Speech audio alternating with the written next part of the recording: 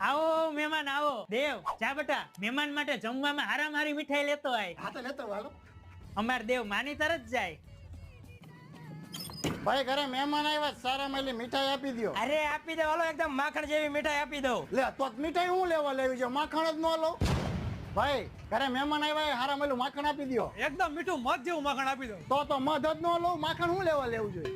ઘરે મહેમાન આવ્યા હારા મેલું મધ આપી દો. અરે ભાઈ આપી દઉં તમને એકદમ મસ્ત પાણી જેવું મત. તો પછી મધ હું લેવા લેવું છે. પાણી આવા ન લઈને લોભિયાના ઘરે સરદારના કોણ ઘરે કાકા ક્યારેય મહેમાનગતિ કરવી નહીં. અને જોવો આગળ કેટલો લોભ કરે છે એના ઉદાહરણ બતાવે. મારો દીકરો, મારું લોહી, મને તારી માથે ગર્વ છે. પણ બટા તું આખા ગામમાં ફર્યો તો તારા ચંપલના તળિયા તો ઘાણા હશે ને? ના બબ્બા, તમે અત્યારે તો કીધું કે તમારો દીકરો ઓલી વચલી ખુરશી મોલા ભાઈ બેઠા ને એમના ચપ્પલ પહેરીને ગયો તો મારા ચપ્પલ થોડો ગહાવા દઉં.